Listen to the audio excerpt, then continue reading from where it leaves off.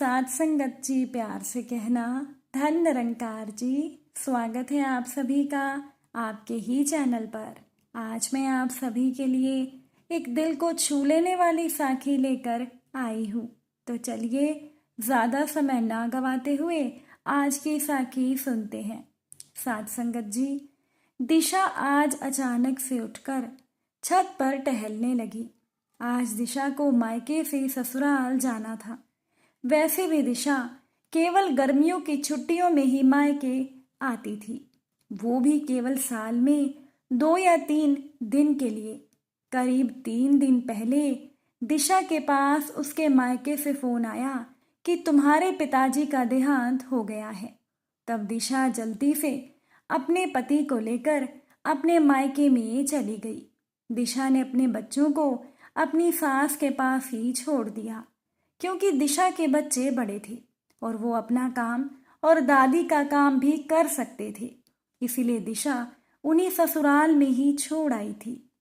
और आज दिशा को मायके से ससुराल वापस जाना था, लेकिन अंदर से दिशा का मन कर रहा था कि वो अपने मायके में ही रुक जाए।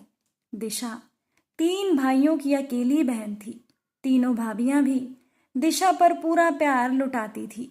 दिशा को ये भी पता था कि सभी उसकी माँ का ख्याल रखेंगे, लेकिन एक बेटी होने के नाते दिशा से अपनी माँ की हालत नहीं देखी जा रही थी और दिशा की माँ भी कुछ बोल नहीं पा रही थी। लेकिन जैसे दिशा की माँ ने आंखों से कहा हो कि बेटा कम से कम अपने पिता की 13वीं तक तो रुक ही जाती, लेकिन दिशा अपनी माँ से कुछ भी नहीं कह पाई। तभी दिशा के पास उसकी सास का फोन आता है और उन्होंने दिशा से पूछा कि बहू वहाँ सब ठीक है ना। दिशा ने कहा जी माँ जी। दिशा की सास ने कहा कि सब ठीक से हो गया ना बेटा, भगवान को ऐसा ही मंजूर था। दिशा अपनी सास की बातें सुन रही थी, आंखों में आंसू लिए, जैसे दिशा इस बात का इंतजार कर रही हो कि उसकी सास कहे कि बेटा तुम वहीं रुक जाओ, हम तुम्हारे पिता की 13वीं तक सारा काम संभाल लेंगे, क्योंकि अभी तुम्हारी माँ को तुम्हारी ज़रूरत है। कि तभी दिशा को उसकी सास की आवाज़ आई और दिशा की सास ने कहा कि अच्छा बेटा तुम वहाँ से कब निकलोगे? 12 तो तुम्हें बज ही जाएंगे, तो 1 बजे तक तो निकल ही जाना। घर पहुँचने में तुम्हें 4 घंटे लग जाएंगे, थोड़ा ट्रैफिक कम होगा और शाम से पहले तुम लोग घर तो आ ही जाओगे। दिशा की सास ने कहा कि बेटा तुम्हारी माँ ठीक है ना, चलो अपने मायके से चलने से पहले अपनी माँ से मेरी बात करवा देना। ये कहकर दिशा की सास ने फोन रख दिया। फोन पर बात करने के बाद दिशा नहाने चली गई। सारे क्रियाक्रम निपटाते हुए 11 बज गए। तभी दिशा का पति विजय आया और दिशा के कान में धीरे से कहने लगा कि दिशा मैंने सामान रख लिया है, अब हम लोग घर चलते हैं, तुम अपनी माँ से बोलो कि हमें जाना है। दिशा ने धीरे से अपने पति से कहा कि विजय क्या मैं 13वीं तक यहाँ माँ के पास रुक सकती हूँ? विजय ने झुंझलाकर कहा कैसी बातें कर रही हो, घर पर बच्चे अकेले हैं, माँ अकेली है। दिशा ने कहा कि बच्चे अब बड़े हो गए हैं और मेरी बेटी हिमांशी घर का सारा काम कर लेती है, काम वाली भी आती है और मेरी ननद भी तो पास में ही रहती हैं, वो भी आते जाते अपने मायके में आ ही जाती हैं अपनी माँ को देखने, तो कोई भी दिक्कत नहीं होगी। विजय कुछ ही दिनों की तो बात है। लेकिन विजय ने कोई भी जवाब नहीं दिया और वो बाहर की ओर चल दिया। दिशा ने अपनी माँ को कहा कि माँ मैं भी चलती हूँ, 13वीं पर आऊँगी, तुम हिम्मत रखना, भैया भाभी सभी आपका ध्यान रखेंगे, तुम अपने आप को अकेला मत सोचना। कि तभी दिशा और उसकी माँ एक दूसरे के गले लग गई और बहुत रोई।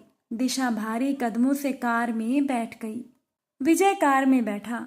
थोड़ी दूर चुपचाप चलने के बाद विजय ने कहा कि दिशा मैं तुम्हारा दुख समझता हूँ, लेकिन तुम भी तो समझो कि मेरी माँ इतना काम नहीं कर सकती हैं, बच्चे अकेले हैं और अगर तुम्हारे पिताजी अब चले गए हैं तो तुम्हें भी तो तुम्हारा घर देखना है।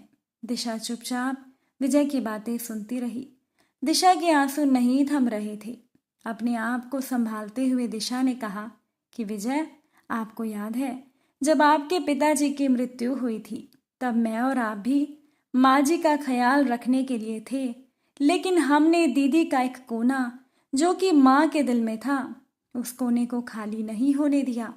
और दीदी भी हमारे साथ 1 महीना रह कर गई थी। दीदी के घर में तो उनके ससुर जी थे, उनके बच्चे तो बहुत छोटे थे, फिर भी उन्होंने 1 महीना दीदी को कुछ नहीं कहा, क्योंकि उनका परिवार वाकई उनके दर्द को समझ रहा था। अब आप मुझे बताइए कि क्या वाकई आप मेरा दर्द समझ रही हैं? माँ जी को मैं दोष नहीं देती, क्योंकि मेरे ससुर जी के जाने के बाद मैंने माँ जी को ऐसा मौका ही नहीं दिया कि वो अकेली रहें।